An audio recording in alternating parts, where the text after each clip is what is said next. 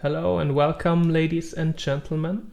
My name is Patrick Schäffer and I'm from the chair for embedded software at RWTH Aachen. Today I will talk about how we transformed a regular model scale race car into a networked and autonomous vehicle. Those transformed vehicles are used by researchers and students in experiments. When would you want to do that? Imagine you have developed an algorithm for networked and autonomous vehicles. And now, how can you show its success? The easiest way to do that would be in simulation. But simulation, of course, hides some of the problems that you get in the real world. On the other end of the spectrum, there's the real-world experiment, which is most convincing, but also expensive and time-consuming. Running experiments in a model-scale laboratory is some kind of middle ground in between those two. So you're still experiencing some of the trouble you get in the real-world experiments, but you can run your experiments really quickly and easily. So we're not the first ones to build such a lab. In fact, there are plenty. I'm going to leave out every lab that uses vehicles with a non-Ackermann steering geometry, so slipstick motion-based vehicles or just differential drive vehicles. The most prominent is probably Duckytown. But here are some of the labs which have model scale vehicles with Ackermann steering geometry. So in this table you see the labs sorted by scale from the smallest to the largest from top to bottom. The smallest example would be the Orca Racer, which is developed at the ETH in Zurich with a scale of 1 to 43, followed by the Cambridge Minicar, which is in a scale of 1 to 24. At this scale, the vehicles only have an inertial measurement unit as a sensor, and the localization is external, so there's some sort of camera system or something like that in the lab. And they're usually steered and controlled externally. So let's say there's an external trajectory planner which computes the control inputs for the motor and the steering angle. And these inputs are directly sent to the vehicle, which just executes them. Our model scale vehicle, which we call the microcar, is a bit larger, and it additionally incorporates an odometer and an onboard trajectory following controller. So you can also send directly the control inputs to the vehicle, so it just executes them, but it's also possible to send trajectories, which are then followed by the vehicle. At an even larger scale, we have the F-110 and the Berkeley Autonomous Race Car or the MIT race car. At this scale, the vehicles usually incorporate more sensors, so a camera, rotary encoders, or they are extendable by a LiDAR system. And in order to process all the sensor information, also the computation power is higher, so they usually carry a GPU. If you go even bigger, there's the GATEC Auto Rally or the IRT Buggy from RWTH. Those vehicles are already a meter in length, so it's kind of impractical to run them in a small indoor laboratory. So they usually run outdoors and already incorporate a GNSS sensor and a full-fledged CPU additionally to all the other features we have above.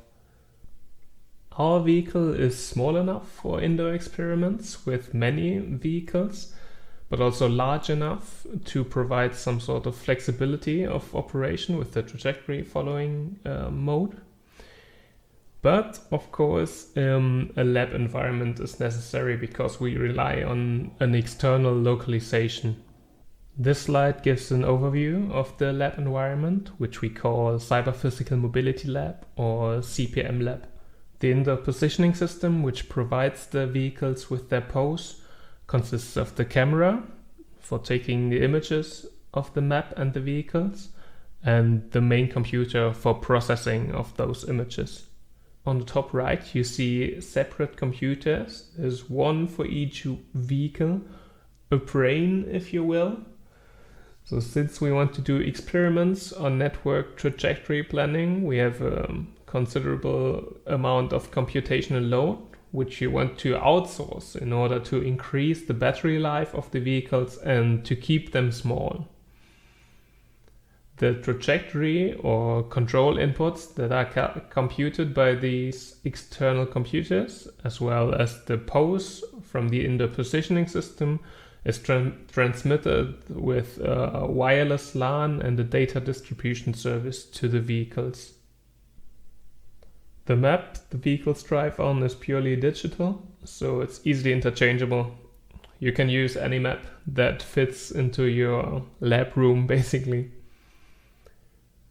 There's a publication on the indoor positioning system at IFAC as well, if you're interested.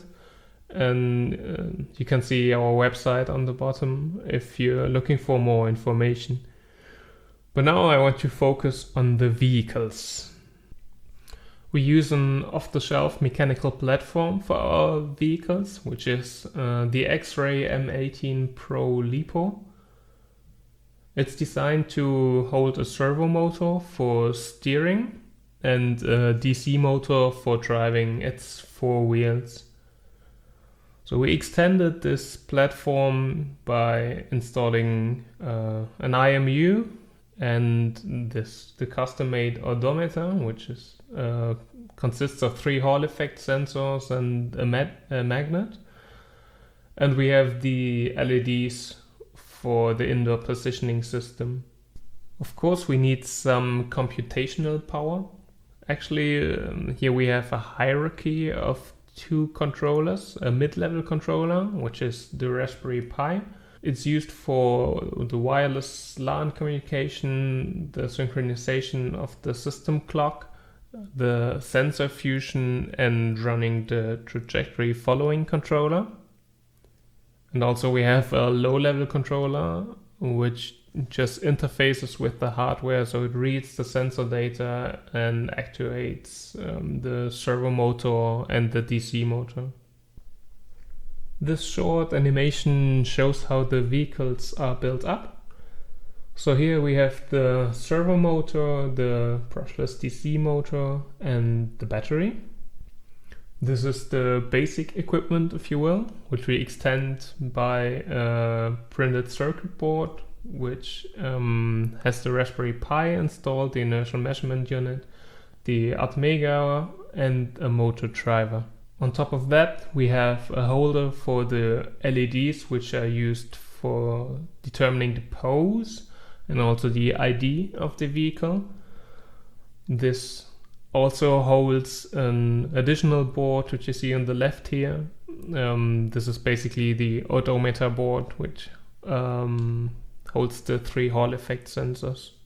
Those are shown in a close-up here. So you have the magnet attached to the motor axle and the 3 sensors. This track aims at control education. So the question is, how can we use the vehicles in teaching control?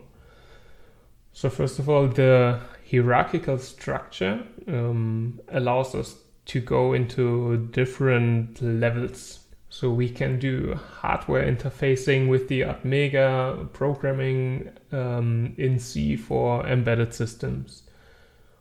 Also we can do control related tasks like trajectory control or sensor fusion on the mid-level controller, the Raspberry Pi. On the external computers, we have the trajectory planners. So this is also something you can do where you can also use any programming language you're looking to teach. In this presentation, I want to focus on the parameter identification of a system model, because having a model is the basis for many aspects, so for example, simulation or controller design, and therefore I want to highlight it here. This is probably nothing new for the most of you, the kinematic bicycle model. So the state vector consists of the position x and y and the orientation psi, and also the velocity v. The input vector is the brushless DC motor command, which you call M, and also the servo command D. So below you see the ODEs of the model. So we assume no slip and no forces on the wheels. As the position x and y, we use the center of gravity of the vehicle here. This is why we have a side slip angle, which you wouldn't have if we looked at the rear axle of the vehicle. It's probably not important to go into too much detail here. So we made some simplifications, for example, a Taylor series for the side slip angle beta. We introduced the parameters P for some of the model parameters, and also some parameters P for calibration of sensors or the translation of inputs to our actuators to inputs of the base model. So this is basically now a gray box model for the system dynamics. So the most important thing to take away here is there are parameters, 9, that we want to identify now. So the first step is to collect some measurement data. So we do an experiment, drive around with a vehicle and take measurements. Now it's possible to estimate all of your parameters by solving an optimization problem. So the problem we want to solve is optimize the parameters such that the model best reproduces the experiment. So what we did is look at what's the time span that the model should accurately reproduce the actual experimental data. And so you come up with a number, for example, 2 seconds, and then you slice all your measurement data into individual experiments. This is what's called N experiments here. In each of these experiments, you have a certain number of time steps. And so these are the two sums. You sum over the experiments and all time steps in each experiment and try to minimize the error between the state vector that is given by your model and the state vector that you actually measured.